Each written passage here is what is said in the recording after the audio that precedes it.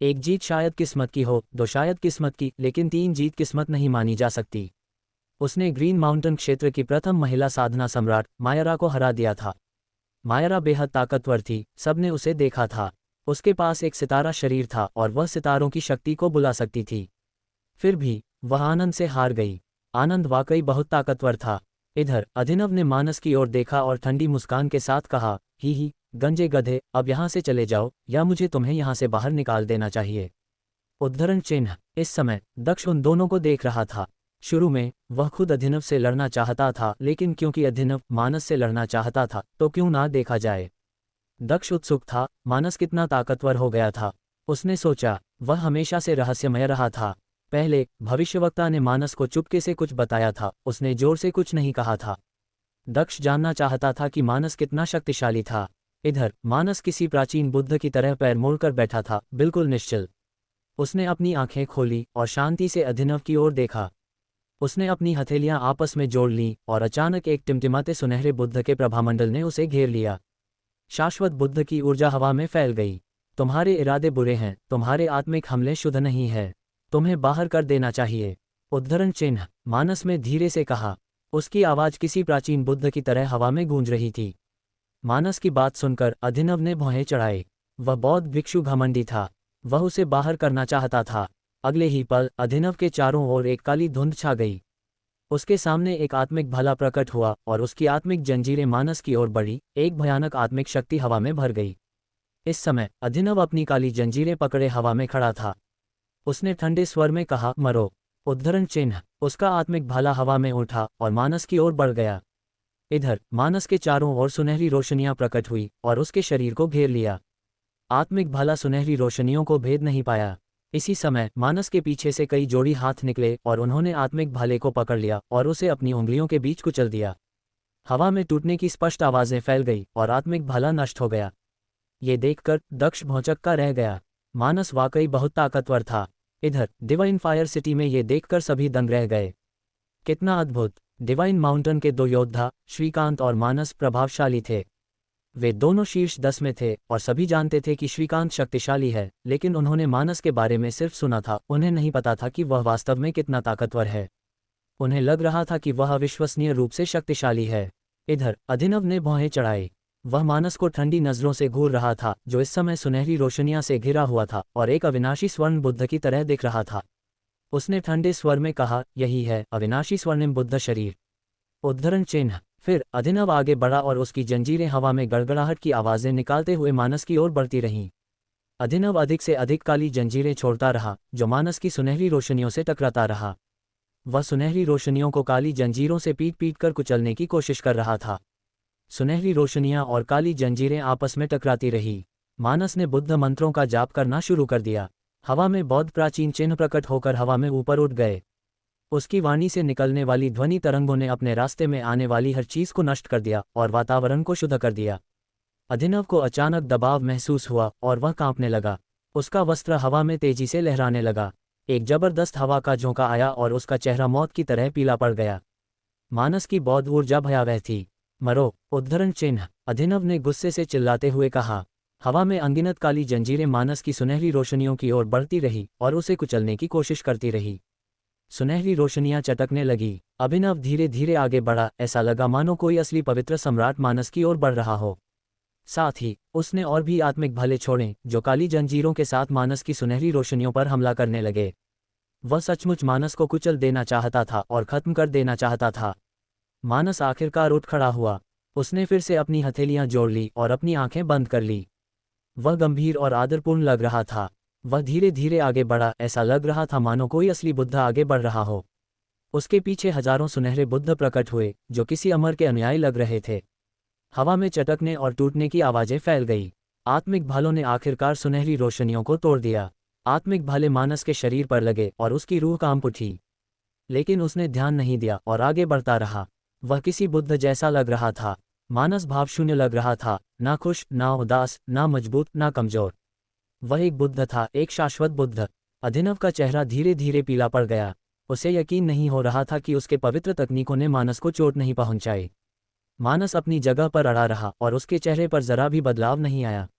वह बुद्ध जैसा ईमानदार, दयालु और पवित्र लग रहा था। अभिनव एक पवित्र सम्राट हुआ करता था, फिर भी वह ऐसे व्यक्ति के सामने खुद को छोटा महसूस कर रहा था। एक प्राचीन पवित्र सम्राट को मानस के सामने छोटा महसूस हुआ। इस समय जमीन कांप रही थी और हवा में एक भयानक ऊर्जा छा गई थी। सुनहरी रोशनियां चमक उठी और चारों ओर फैल गई। वे अभिनव की ओर बढ़ रही थी। अभिनव का रूप सुनहरी रोशनी में विकृत हो गया। उसका दिल जोर जोर से धड़क रहा था और वह सुनहरी रोशनियों के भीतर गायब हो गया। वह सचमुच गायब हो गया। एक सेकंड बाद वह बाहरी दुनिया में एक पत्थर के स्तंभ पर था। उसे बाहर कर दिया गया था। वह शीर्ष 10 में जगह बनाने में कामयाब नहीं हुआ था। ये कैसे हो सकता है? उद्धरण चिन्ह। अभिनव ने मुठ्ठियां भींचते हुए कहा। उसका चेहरा क्रूर और घिनौना लग रहा था। वह पवित्र सम्राट हुआ करता था और उसे बाहर कर दिया गया। वह तो शीर्ष 10 में भी जगह नहीं बना पाया। उस बौद्ध भिक्षु ने उसे बाहर कर दिया था। उसके बौद्ध मंत्र इतने शक्तिशाली कैसे थे? उसने सोचा। डिवाइन फायर सिटी में इधर डिवाइन फायर सिटी में लोग अवाक रह गए। मानस का अस्थायी रैंक 8वां था। वह बेहद ताकतवर था। सिर्फ दक्ष और आनंद ही नहीं, उन्होंने उसे भी कम आंका था। नकली दुनिया में इधर इस समय दक्ष का दिल जोर जोर से धड़क रहा था। मानस की ताकत वाकई प्रभावशाली थी। वह गंजा गधा अब भी गुप्त हैं। उद्धरण चिन्ह। देवल ने बाहर फुसफुसाते हुए कहा। इतनी ताकत के साथ मानस युद्ध भूमि में सभी से मुकाबला कर सकता था। इधर मानस घास के मैदान में वापस चला गया। उसने अपनी ऊर्जा वापस ले ली। वह उदासीन लग रहा था, मानो कुछ हुआ ही ना हो। वह घास के मैदान पर पैर मोड़कर बैठ गया और अपनी आंखें बंद कर ली। इधर भाव्या और तीसरे यंग बीस्ट मास्टर का युद्ध विस्फोटक था। तीसरा यंग बीस्ट मास्टर जीत गया। एक विस्फोटक हमले के बाद उसने भाव्या को हरा दिया और भाव्या को बाहर कर दिया। हालांकि तीसरा यंग बीस्ट मास्टर भी बुरी तरह घायल हो गया था और उसकी आंखें लाल हो गई थी। वह लड़की बदला लेने के लिए पागल थी। 3 लड़ाइयों के बाद अब 12 लोग बचे थे। क्योंकि तुम घायल हो इसलिए चले जाओ, वरना हम तुम्हें बाहर निकाल देंगे। उद्धरण चिन्ह। यतिन ने तीसरे यंग बीस्ट मास्टर से ठंडे स्वर में कहा। यतिन की बात सुनकर तीसरे यंग बीस्ट मास्टर का चेहरा सख्त हो गया। पवित्र विलास शहर के पशु वंश ने 13 यंग बीस्ट मास्टरों को पाला था। उनमें से ज्यादातर ब्रह्मांडीय स्तर के शीर्ष पर थे, लेकिन अब वह अकेला बचा था। वे 9 द्वीपों के महाद्वीप की बैठक के दौरान सफल होने और शीर्ष 10 में स्थान पाने के लिए आए थे। यदि वह चला गया तो उनमें से कोई भी शीर्ष 10 में नहीं होगा। तीसरे यंग बीस्ट मास्टर ने वहां मौजूद लोगों को देखा और पाया कि वे सब उसे घूर रहे थे। ये देखकर उसने मुंह बनाया। वह घायल था, इसलिए वे सभी उसे बाहर निकालना चाहते थे। ये सब भाव्या की वजह से था, उस पागल लड़की की वजह से। वह उसे मारना चाहता था, वह उसे तड़पाना चाहता था और उसकी जिंदगी मौत से भी ज्यादा बदतर बनाना चाहता था। तुम ही दोषी हो, अब यहाँ से चले जाओ। उद्धरण चिन्ह। दक्ष ने ठंडे स्वर में कहा। उसने तीसरे यंग बीस्ट मास्टर को हत्या की आंखों से घूरा। तीसरे यंग बीस्ट मास्टर का चेहरा पीला पड़ गया। वह जानता था कि वह अब और नहीं रुक सकता। 2 और लोगों को बाहर करना था और उनमें से कोई भी कमजोर नहीं था। वह उनसे लड़ नहीं सकता था। वह घायल था, इसलिए उसे जाना होगा, उसके पास कोई विकल्प नहीं था। मुझे याद रखना। उद्धरण चिन्ह। तीसरे यंग बीस्ट मास्टर ने दूसरों पर नजर डालने के बाद गुर्राते हुए कहा। फिर उसने राजदन को सक्रिय किया और गायब हो गया। वह 12वें स्थान पर रहा। तीसरा यंग बीस्ट मास्टर युद्ध भूमि से जा चुका था। अब 11 लोग बचे थे। एक और व्यक्ति को बाहर करना था। माहौल और भी तनावपूर्ण हो गया था। कौन जाएगा? सब सोच रहे थे। श्रीकांत, महान डिप्लॉयमेंट मास्टर, यतिन, वैभवराज, जीशान, राजकुमार अर्पित, मानस, वागधीश, भूषण, आनंद और दक्ष। डिवाइन फायर सिटी में लोग उन्हें देख रहे थे। कई लोगों ने अभी तक लड़ाई भी नहीं लड़ी थी, लेकिन किसी ने भी उन्हें कमतर आंकने की हिम्मत नहीं की। जो लोग शीर्ष 30 में सबसे नीचे थे, उन्होंने साबित कर दिया था कि वे टिके रहने के लिए पर्याप्त मजबूत हैं। किसी ने ये कहने की हिम्मत नहीं की कि उन्हें जाना होगा। 5 प्रथम साधना सम्राट है। इस बार अगर एक बाहर भी हो जाता है तो उनमें से 4 शीर्ष 10 में होंगे। उद्धरण चिन्ह। भीड़ ने कहा। जो प्रथम साधना सम्राट अभी भी वहां थे, उनके अलावा महान डिप्लॉयमेंट मास्टर और जीशान इस दौर में अभी तक नहीं लड़े थे। लेकिन उन 2 लोगों ने पिछले दौर में ही दिखा दिया था कि वे कितने मजबूत हैं। उन दोनों के अलावा भूषण, आनंद, दक्ष और मानस पहले ही साबित कर चुके थे कि वह बेहद ताकतवर हैं। अगर दूसरे उन्हें हराना चाहते थे तो बाकी योद्धाओं को एक जबरदस्त लड़ाई के लिए तैयार रहना होगा। इसलिए क्या सबसे अच्छा समाधान किसी ऐसे व्यक्ति को चुनना नहीं था जिसने अभी तक युद्ध नहीं किया हो, जैसे राजकुमार अर्पित, वैभवराज या वागधीश। वागधीश का पद अन्य प्रथम साधना सम्राटों की तुलना में सबसे निचला था, इसलिए उसे बाहर करने के लिए सबसे उपयुक्त व्यक्ति माना गया। इसलिए कुछ लोगों ने वागधीश की ओर देखा। हालांकि भले ही कुछ लोगों ने उसे देखा भी, तो भी वह रेड क्लाउड क्षेत्र का प्रथम साधना सम्राट था। कई लोगों को लगा कि उसे बाहर कर दिया जाना चाहिए, शायद वह एक कीमियागर होने के कारण उतना अच्छा योद्धा नहीं था। हालांकि कोई नहीं जानता था कि द्वंद्व युद्ध में वह वास्तव में कितना शक्तिशाली था और उसके खिलाफ कौन लड़ेगा। एक व्यक्ति को बाहर करना था और फिर शीर्ष 10 सामने आएंगे। कोई भी जोखिम लेने को तैयार नहीं था। वागधीश, तुम्हारी रैंक कम है, रैंकिंग में अपने से नीचे वाले से लड़ो और किसी को हरा दो। तुम क्या सोचते हो? उद्धरण चिन्ह। यतिन ने इस समय उदासीनता से कहा। वागधीश ने उन लोगों की ओर देखा जो रैंकिंग में उसके पीछे थे, भूषण, आनंद और दक्ष। वागधीश ने ठंडी मुस्कान के साथ कहा, तुम जाकर उनसे क्यों नहीं लड़ते? उद्धरण चिन्ह। वागधीश की बात सुनकर यतिन ने उसे ठंडेपन से देखा। फिर वागधीश ने आगे कहा, बेशक, अगर आपको लगता है कि आप मुझसे ज़्यादा मजबूत हैं तो आप मेरे खिलाफ भी लड़ सकते हैं। उद्धरण चिन्ह। वह यतिन को उकसा रहा था। वागधीश 9 द्वीपों के महाद्वीप के प्रथम साधना सम्राटों में से एक था। वे सभी 9 प्रथम साधना सम्राट शक्तिशाली थे और सभी अभिमानी थे। वागधीश यतिन को इस तरह बात करने नहीं दे सकता था, इसलिए उसने सीधे जवाब दिया। यतिन वागधीश की तरह ही था, वह किसी को भी उसे इस तरह उकसाने नहीं दे सकता था। इसलिए उसने एक कदम आगे बढ़कर कहा, रेड क्लाउड क्षेत्र के प्रथम साधना सम्राट वागधीश, मैंने आपके बारे में बहुत सुना है। सब कहते हैं कि आप बेहद प्रतिभाशाली हैं, लेकिन ताकत के बारे में क्या? उद्धरण चिन्ह। अचानक एक भयानक भावना विनाशकारी स्वर्गीय इरादे ने हवा को भर दिया। इस तरह का इरादा लोगों की भावनाओं और इंद्रिय सुखों को नष्ट कर सकता था। मैं तुम्हें निराश नहीं करूंगा। उद्धरण चिन्ह। वागधीश ने हवा में उठते हुए कहा। उसके चारों ओर आग की लपटें जलने लगी और 9 लपटें उसके चारों ओर तैरने लगी। उनके आसपास के योद्धा दूर हटकर देखने लगे। सेलेस्टियल ड्रैगन क्षेत्र के प्रथम साधना सम्राट बनाम रेड क्लाउड क्षेत्र के प्रथम साधना सम्राट, कौन ज्यादा ताकतवर था? हवा में गड़गड़ाहट की आवाजें फैलने लगीं। यतिन ने हवा को भावनाओं को नष्ट करने वाली स्वर्गीय ऊर्जा से भर दिया। वागधीश की आंखें अचानक आग की लपटों से भर गई, जो उभरकर सीधे यतिन की आंखों की ओर बढ़ गईं। क्या तुम्हें लगता है कि तुम्हारी आग मेरी स्वर्गीय ऊर्जा को जला सकती है? उद्धरण चिन्ह। यतिन ने ठंडी मुस्कान के साथ कहा। वह हवा में उछला, अपने हाथ ऊपर उठाए और अपनी उंगलियां फैला दी। भावनाओं को नष्ट करने वाली स्वर्गीय ऊर्जा की एक भयावह मात्रा हवा में फैल गई और वागधीश की ओर बह गई और फिर सीधे वागधीश के शरीर में घुस गई। वागधीश का चेहरा सख्त हो गया। हर किसी की 7 भावनाएं और 6 इंद्रिय सुख होते हैं। अगर यह 7 भावनाएं और 6 इंद्रिय सुख नष्ट हो जाते तो लोग मर जाते और गुलाम, कठपुतलियां बन जाते। यही वजह थी कि यतिन भयानक था। उसके कौशल और तकनीकों के भयानक परिणाम होते थे। मैं तुम्हारे स्वर्गीय इरादे को जलाने की कोशिश नहीं कर रहा, मैं तो खुद को जलाने की कोशिश कर रहा हूं। उद्धरण चिन्ह। वागधीश ने ठंडी मुस्कान के साथ कहा। अचानक एक भयानक आग ने उसे घेर लिया और वह जलने लगा। वह एक विशाल अंगीठी में बदल गया। आग की लपटें यतिन की ओर बढ़ रही थी। इधर जब भीड़ ने ये देखा तो वे हैरान रह गए और कांप उठे। वागधीश ने अपने शरीर में आग लगा ली थी। कितना पागलपन था! रेड क्लाउड क्षेत्र के प्रथम साधना सम्राट वागधीश के पास एक विशेष अग्नि शरीर है। उद्धरण चिन्ह। भीड़ ने सोचा, वह अपने शरीर में आग लगा सकता था और अपने शरीर को आग में बदल सकता था। उसके पास एक भयानक विशेष शरीर होना चाहिए था। कुछ अत्यंत शक्तिशाली योद्धाओं के पास कभी कभी ऐसे विशेष शरीर होते थे जिनके बारे में लोग कम जानते थे या बिल्कुल भी नहीं जानते थे। इस तरह की लड़ाई में यह अजीब नहीं था, यह सामान्य था। इधर वागधीश यतिन की ओर बढ़ गया। उसने अपनी मुट्ठी उठाई और उसके रास्ते में आने वाली हर चीज जल उठी। उसके चारों ओर 9 लपटें तेजी से घूम रही थी। प्रत्येक लपटें जीवित लग रही थी। यतिन पीछे हट गया। वह सोच रहा था कि क्या करे। वागधीश ने अपना अग्नि शरीर सक्रिय कर लिया था। उसकी भावना विनाशक स्वर्गीय ऊर्जा अब कम प्रभावी थी। वागधीश से सीधे टकराना खतरनाक था। उसके लिए अचानक एक कठिन युद्ध शुरू हो गया था। तुम लड़ क्यों नहीं रहे हो? तुम पीछे क्यों हट रहे हो? उद्धरण चिन्ह। वागधीश ने गुस्से से कहा।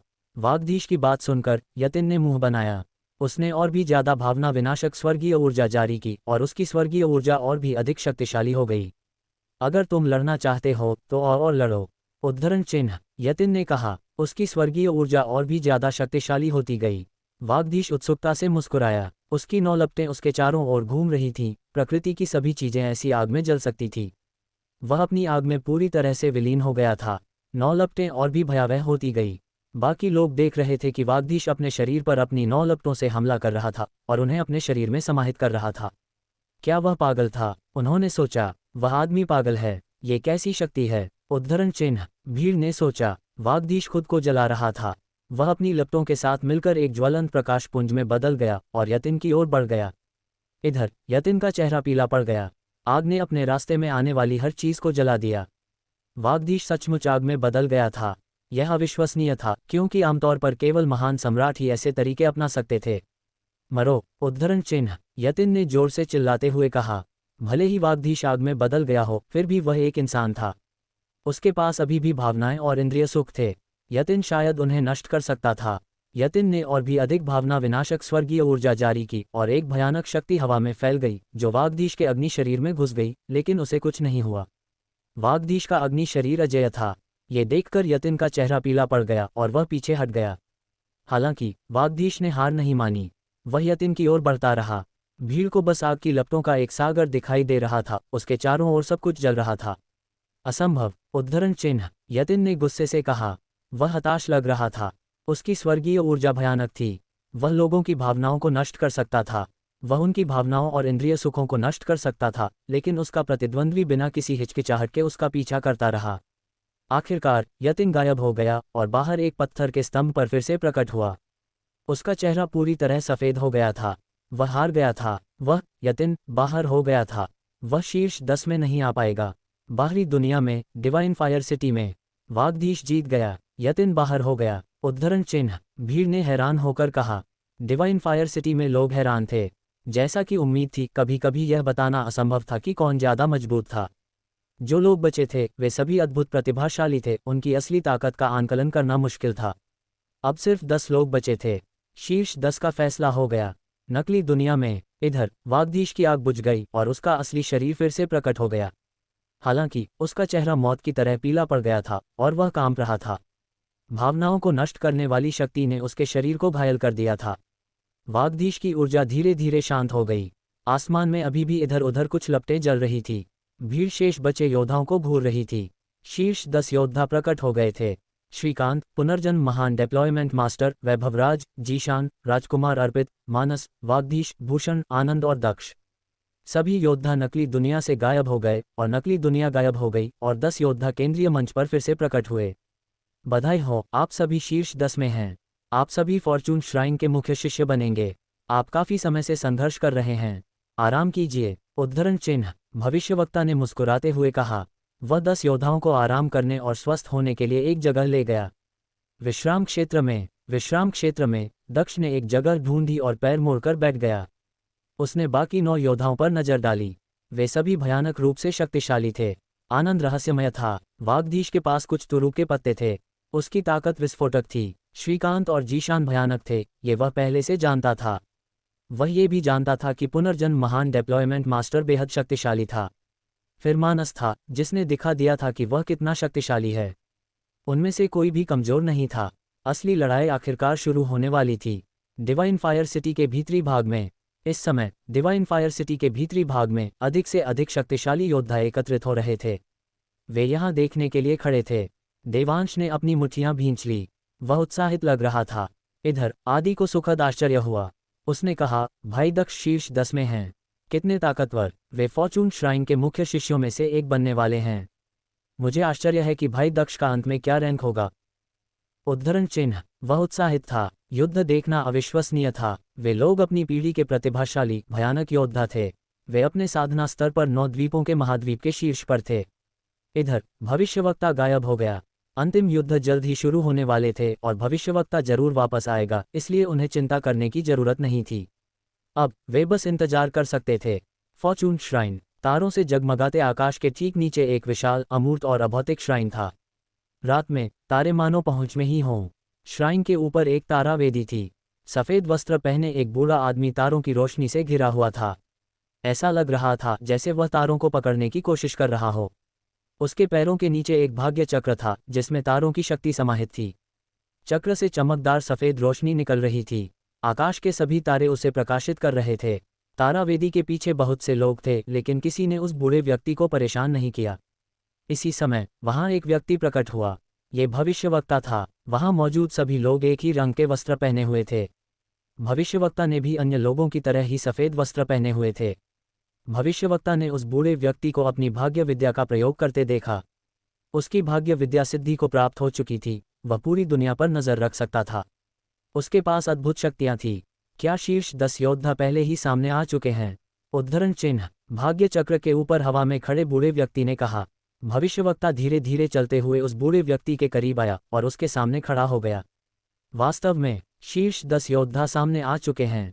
उद्धरण चिन्ह। भविष्यवक्ता ने कहा। भविष्यवक्ता की बात सुनकर भाग्य चक्र के ऊपर खड़े बूढ़े व्यक्ति ने सिर हिलाया। फिर उसके पैरों के नीचे भाग्य चक्र घूमने लगा। भाग्य चक्र से भयानक रोशनियां निकली और हवा में भाग्य का इरादा भर गया। पूरा आकाश चमकदार रोशनियों से जगमगा उठा। 1000 साल बीत चुके हैं जब भाग्य चक्र को सक्रिय किया गया था। अब भाग्य चक्र को एक बार फिर से सक्रिय करने का समय आ गया है। मैं भविष्य देखने के लिए केवल भाग्य चक्र पर ही भरोसा कर सकता हूँ। उद्धरण चिन्ह। भाग्य चक्र के ऊपर खड़े बूढ़े व्यक्ति ने कहा। फॉर्चून श्राइन में एक अनमोल खजाना था जिसे भाग्य चक्र कहा जाता था। इसका उपयोग भाग्य देखने के लिए किया जा सकता था। 1000 साल पहले इसका उपयोग किया गया था। 1000 साल बाद फॉर्चून श्राइन 9 द्वीपों के महाद्वीप की बैठक का प्रभारी था और अब वे भाग्य चक्र का फिर से उपयोग करने जा रहे थे। उन्हें इसकी आवश्यकता थी क्योंकि इसके बिना वे भाग्य नहीं देख सकते थे। इस समय भाग्य चक्र से चमकदार रोशनी निकली और हवा में 10 लोगों के चित्र दिखाई दिए। चित्रों में कुछ लोग गुस्से में दिख रहे थे, कुछ सौम्य, कुछ घमंडी, कुछ उदास वगैरह लग रहे थे। लोगों की आंखें चमक उठी। शीर्ष 10 योद्धा वाकई असाधारण थे। कोई आश्चर्य नहीं कि वे इतने मजबूत थे। वे 10 चित्र शीर्ष 10 योद्धाओं के थे। अगले ही पल उन 10 चित्रों में से 9 चित्र गायब हो गए और केवल एक चित्र शेष रह गया। उस चित्र में उपस्थित योद्धा धीरे धीरे बदलने लगा और एक राक्षस देवता की तरह दिखने लगा। उसके हाथों में एक महिला थी और वह क्रोधित दिख रहा था।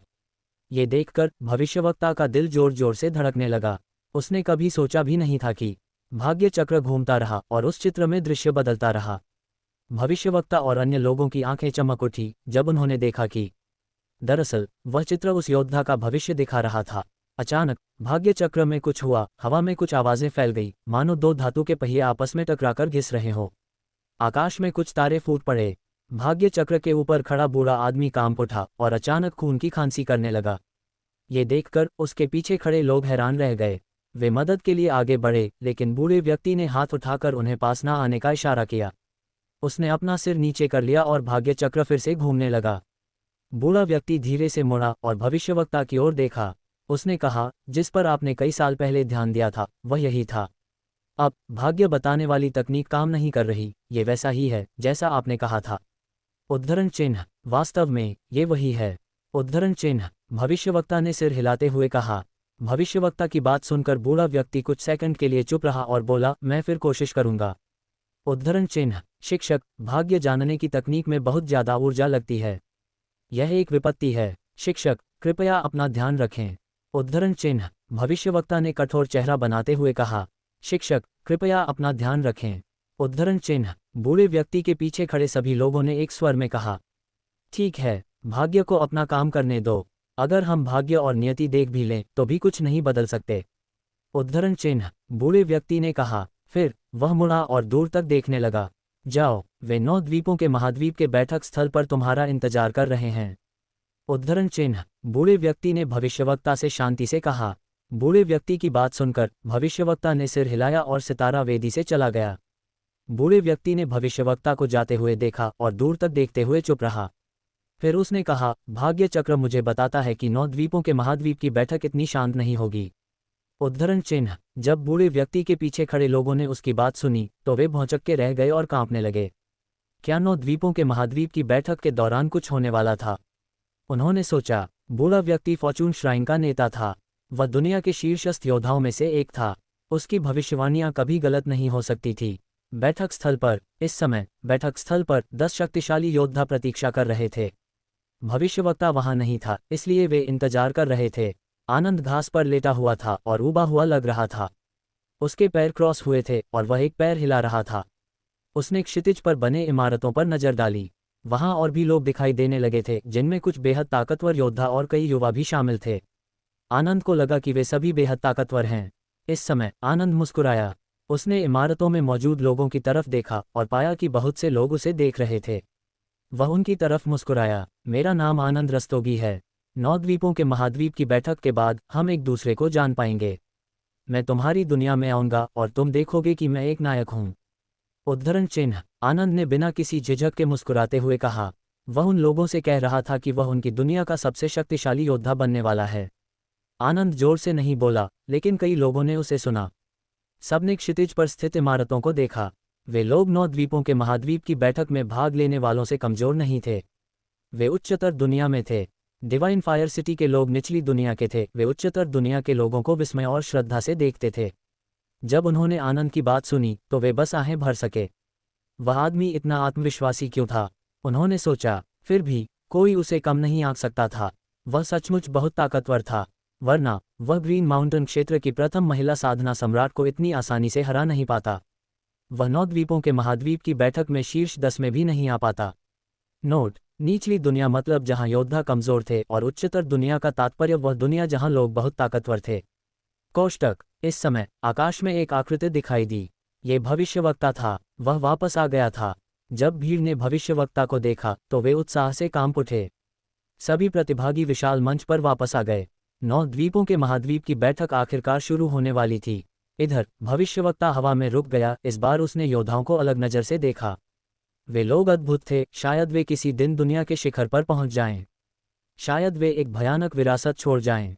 9 द्वीपों के महाद्वीप की बैठक में भाग लेने वाले कई लोग किसी दिन महान योद्धा बन जाएंगे। इस समय भविष्यवक्ता ने हाथ हिलाया और मंच पर चारों ओर रोशनी भर गई। भविष्यवक्ता ने 10 योद्धाओं से शांति से कहा, अगर आप आमने सामने लड़ेंगे तो आपकी ऊर्जा बहुत ज़्यादा खर्च होगी। वही नियम लागू होंगे। जो पहले स्थान पर हारेगा वह शीर्ष 10 के अंत में होगा। जो युद्ध के मंच पर आखिरी में बचेगा वह पहले स्थान पर होगा। उद्धरण चिन्ह: भविष्यवक्ता की बात सुनकर लोग कांप उठे। वही नियम, लेकिन उन 10 बेहद ताकतवर योद्धाओं के लिए। कोई भ्रम नहीं, कोई नकली दुनिया नहीं, एक सामान्य युद्ध। सबसे ताकतवर योद्धा कौन होगा? भीड़ ने सोचा। भविष्यवक्ता ने उन्हें अपनी इच्छा अनुसार युद्ध करने की आज़ादी दी। वे अपनी इच्छा अनुसार युद्ध का प्रकार चुन सकते थे और लोगों को बाहर कर सकते थे। इधर जब 10 योद्धाओं ने भविष्यवक्ता की बात सुनी तो वे शांत रहे। वे जरा भी चौंके नहीं। दरअसल वे तो इन्हीं लड़ाइयों का इंतजार कर रहे थे, तो फिर हैरान होने की क्या जरूरत थी? इस समय हवा में एक भयानक सन्नाटा छा गया, एक मौत जैसा सन्नाटा। शीर्ष 5 अंतिम 5 योद्धाओं से लड़ सकते हैं। 5वें योद्धा से शुरुआत करो, एक साथ मत लड़ो। उद्धरण चिन्ह: श्रीकांत ने इस समय कहा। अगर 10 लोग एक साथ लड़ते तो अफरा तफरी मच जाती। लेकिन वे देखना चाहते थे कि असल में सबसे ताकतवर कौन है। वह अभी भी रैंकिंग में पहले स्थान पर था। मैं सहमत हूँ। उद्धरण चिन्ह: पुनर्जन्म महान डिप्लॉयमेंट मास्टर ने कहा। यह सबसे अच्छा समाधान था। राजकुमार अर्पित अस्थायी रूप से रैंकिंग में 5वें स्थान पर था। श्रीकांत ने जो कहा था उसके अनुसार उसे पहले लड़ना था, इसलिए सबकी नज़र राजकुमार अर्पित पर थी। राजकुमार अर्पित ने कुछ नहीं कहा। वह लड़ाई से बच नहीं सकता था, इसलिए वह आगे बढ़ा और दृढ़ निश्चयी लग रहा था।